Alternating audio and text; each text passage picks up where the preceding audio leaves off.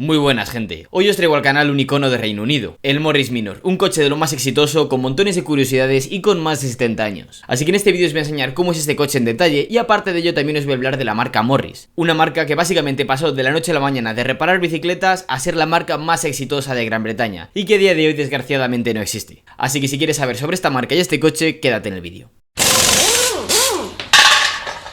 Primero, y antes de meternos a hablar de esta unidad en concreto, del Morris Minor, os voy a hablar de la marca original, y la marca es Morris Motor Company, una marca que seguramente muchos de vosotros no conozcáis, principalmente porque es una marca que a día de hoy no existe. Pero a pesar de ser una marca que desapareció hace más de 70 años, tiene una historia bastante interesante y además se puede considerar que es la marca sucesora del Mini actual. El caso es que los inicios de la marca Morris Motor Company se remontan al principio de 1900, cuando un joven llamado William Richard Morris, el cual se dedicaba a reparar bicicletas en su garaje, se dio cuenta de que también podía empezar a reparar automóviles. Y como eso de reparar automóviles se le daba bastante bien, dijo, ¿por qué no creo mis propios motores? Y 3 años después, en el año 1913, creó sus primeros motores. Y la verdad es que si lo piensas es una locura, de empezar reparando bicicletas en tu garaje a estar fabricando motores apenas 10 o 15 años después, más teniendo en cuenta los medios que se tenían hace 100 años, este hombre tenía talento. El caso es que no le iba mal, empezó a crear sus primeros coches, sus primeros motores, hasta que llegó el 1916, la Primera Guerra Mundial, y entonces la producción de automóviles se elimina, y Morris se dedica a fabricar minas, efectivamente, minas terrestres, destinadas a la guerra. Y el caso es que produjo muchas minas, unas 250 minas al día, y después, debido a la demanda, empezó a producir 2000 minas a la semana. El caso es que tras esos 3 durísimos años de guerra, en el 1919, Morris Motor Company puede dejar de fabricar minas para fabricar lo que realmente le gustaba, coches, principalmente fabricando vehículos comerciales tales como autobuses, pero aparte de todo esto, también teniendo su propia gama de vehículos de competición, MG, una marca que seguro que a muchos de vosotros os suena. Y para que os hagáis la idea, el crecimiento que tuvo esta marca fue increíble. Estamos hablando de que se fundó en el 1910 y 14 años después, en el 24, se había convertido en el fabricante más grande de todo el país, con un 51% de la cuota del mercado doméstico. Para que os hagáis la idea, Morris estaba fabricando unas 1000 unidades a la semana aproximadamente. Una cantidad exagerada para la época que era. El caso es que Morris, a pesar de ser una marca súper potente en su época, fue comprada por otra marca, y luego por otra marca, y luego por otra marca, y en general todas las marcas británicas fueron comidas unas por otras y fusionadas. Así que a día de hoy no es que haya un sucesor concreto de esta marca, pero yo diría que es Mini y también la marca MG. Pero volvamos años atrás para hablar de la unidad que tenemos para este vídeo, el Morris Minor del año 53, y más concretamente un Morris Minor Tourer, es decir, descapotable, un coche que por lo menos aquí en España es muy difícil de ver. Y en general, y para la gente que no lo sepa, el Morris Minor fue un coche súper famoso en la época. Más o menos se podría considerar que fue el predecesor del Mini en Reino Unido. Y de hecho me atrevería a decir que el Morris Minor causó el furor que causó el Seat 600 aquí en España, aunque no con la misma magnitud porque estamos hablando de diferentes décadas. Así que bueno, ya comentada brevemente la historia del Morris Minor, vamos a empezar a hablar de esta unidad en concreto, empezando por la estética. Y lo primero que hay que decir de este coche es que lo podemos encontrar en diferentes carrocerías, berlina, 2 puertas o cabriolet o tourer, descapotable. Y aparte de esto, posteriormente se empiezan a añadir nuevas carrocerías tales como la ranchera. Empezando por la parte frontal podemos ver un coche muy voluminoso, con un capó enorme, un capó con una enorme joroba que tiene una tira cromada en la parte central. Y aparte de eso, en el capó también vemos la insignia de Morris. A los laterales del capó también tenemos las aletas redondeadas con los pilotos en la parte superior de las aletas. ¿Y esto por qué lo digo? Porque en las versiones americanas los pilotos no estaban en las aletas, sino que estaban en la parte central, al lado de la parrilla. Y yo no sé vosotros, pero por lo menos a mí, estéticamente, me gusta mucho más la versión europea. Y como es típico en los coches de esta época, encontramos montones de cromados, en el capó, en los faros, en el parachoques, y la parte más interesante de todas es el parachoques, donde podéis ver que se podía meter una llave para arrancarlo de forma manual, con la manivela. Aunque ya os digo que esto no es necesario dado que se puede arrancar con la llave. Otro detalle distintivo de este modelo es el cristal delantero, el cual como veis está partido en dos. ¿Y esto por qué? Para poder utilizar cristales planos, porque es más barato usar cristales planos que usar cristales redondos. Es decir, esto se hacía para abaratar costes, no por estética. En esta unidad en concreto solo tenemos un espejo en el lado izquierdo, no sé si es en todas, pero por lo menos en esta unidad es así. Otro detalle muy bonito lo encontramos en los laterales del capó, donde pone Morris Minor. Y por cierto, me ha gustado mucho el volumen que se le da a la aleta y que se continúa en la puerta. Un volumen muy grande y muy bien continuado hasta la puerta, el cual le da una musculatura al coche muy buena. Y antes de pasar a la parte trasera os voy a hablar de las llantas y del descapotable en este coche. Empezando por las llantas, estamos hablando de unas llantas en 14 pulgadas pintadas a juego con el color del coche, y en la parte central encontramos un tapacubos cromado con la M de Morris. El ancho de las llantas es de 145 milímetros y tiene frenos de tambor tanto adelante como atrás. Sobre descapotable en este coche, como veis, es de lona y obviamente es manual. Tanto para poner como para quitar la capota tenemos que quitar dos tornillos que hay en el pilar A, y estos tornillos tienen forma de palomilla, así que se pueden quitar con la mano. Pero de todas formas, para quitar la capota es mejor hacerlo con dos personas que con una. Y lo que más nos puede llamar la atención en este coche es que cuando quitamos la capota, los cristales traseros no se pueden bajar, de forma que estarán siempre subidos. Y por cierto, no sé si os habéis dado cuenta, pero ni en la izquierda ni en la derecha del coche encontramos la tapa para el depósito del combustible, y eso es porque lo encontramos en la parte trasera, entre el portón y el piloto. Y lo más curioso de esta tapa no es que esté en la parte trasera, sino que está a una altura bajísima, como podéis ver. Otro detalle de este coche es que los pilotos traseros están en las aletas traseras, al igual que los faros delanteros estaban en las aletas delanteras. Y además de esto, en la parte delantera el capó ocupaba casi todo el frontal del coche, y en la parte trasera el portón del maletero hace lo mismo. Un portón en el que encontramos el agarradero, la matrícula y además de todo esto, un enorme portamaletas. Y es que en un coche de estas dimensiones, un portamaletas no venía mal, aunque también os voy a ser sinceros, cuando abrimos el maletero tenemos bastante espacio. Bastante espacio teniendo en cuenta las dimensiones del coche, claramente. De hecho tenemos un maletero a dos niveles. El nivel inferior está destinado a la rueda de repuesto y a las herramientas, y el nivel superior al equipaje per se.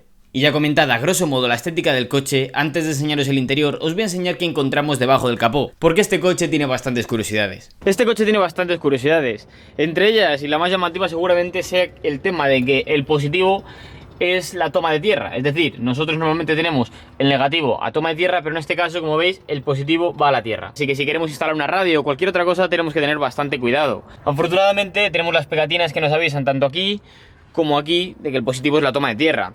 Aparte de eso, ¿qué más cosas hay que comentar? Que el colector de admisión, que es este, y el colector de escape están en el mismo lado.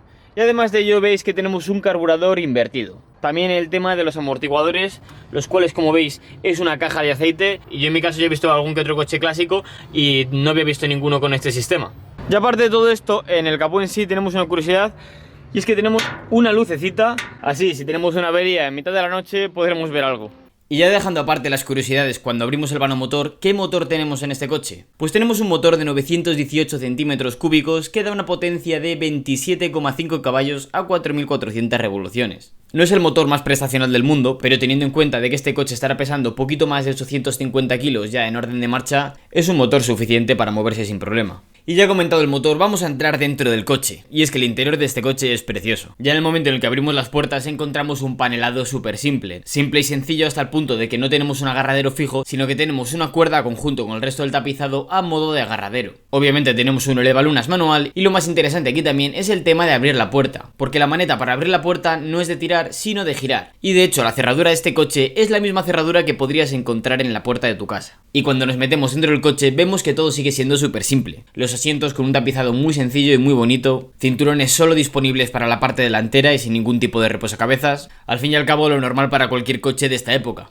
Aunque ya os digo que no sé si será por el tapizado, el material, el color o lo que sea, pero a la vista este coche da una sensación de sencillez y de limpieza increíble. Y es que como veis, aparte del interior y los tapizados, este coche en general es muy bonito. El volante también es muy simple, un volante de 3 radios, un volante bastante grande y fino que sinceramente no sabría deciros cuál es el material, pero sí que os puedo decir que es muy original y muy bonito. Y es que como ya os digo, este coche es súper simple, la columna de dirección se ve completamente expuesta, no tenemos ningún tipo de embellecedor. Y como es de esperar, en este tipo de coches se estaba pensando en todo momento abaratar de todas las maneras, así que se hizo un salpicadero completamente simétrico.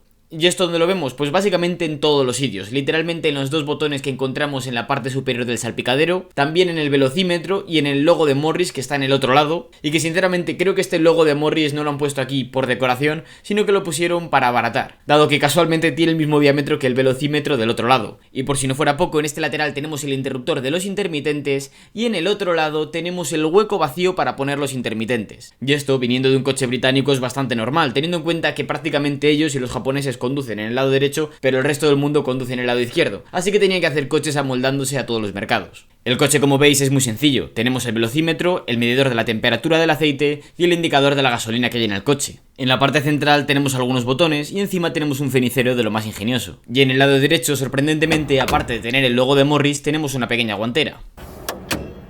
Y como última curiosidad, os voy a comentar que en este coche las largas se activan con el botón de pie. Y ya que os he enseñado el coche, os voy a enseñar cómo era moverse con este coche. Ya está. Se hace más curioso de este coche la posición, especialmente del acelerador. Cómo lo tienes que pisar, que es más pisarlo hacia abajo que hacia adelante. Vale, genial. Buah, conducir este coche con el descapotable es increíble, la visibilidad que tiene. Sí que es verdad que solo tenemos el retrovisor en el lado izquierdo.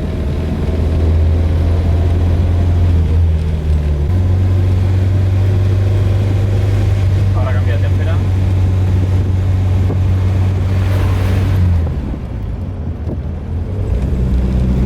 Este coche, desde luego, se nota que estoy más familiarizado con el cambio de palanca y no es nada difícil de conducir este coche. Además, el volante es súper amplio y sobre todo noto que es muy ergonómico, es muy cómodo. Y esto de que es cómodo y ergonómico lo digo porque justo hace unas horas probé un Simca 8 y tenía el cambio desde la columna de la dirección, no por palanca como tenemos ahora. Y también, aparte de ello, la posición de los pedales no era tan buena como la del Morris Minor. Los asientos, la posición de conducción. Sí que es verdad que para los estándares de ahora la gente es muchísimo más alta y puede que el cristal sea un poquito bajo, o eso, o bien que tenemos los asientos a una altura bastante alta. Frenamos, se nota que el freno no viene asistido y cuesta un poco las primeras veces. Y este coche es muy fácil de conducir, la verdad, me ha sorprendido.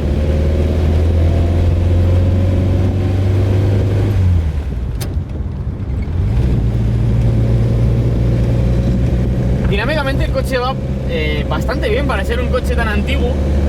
Se le nota muy liviano, muy ligero. La verdad es que es un juguete.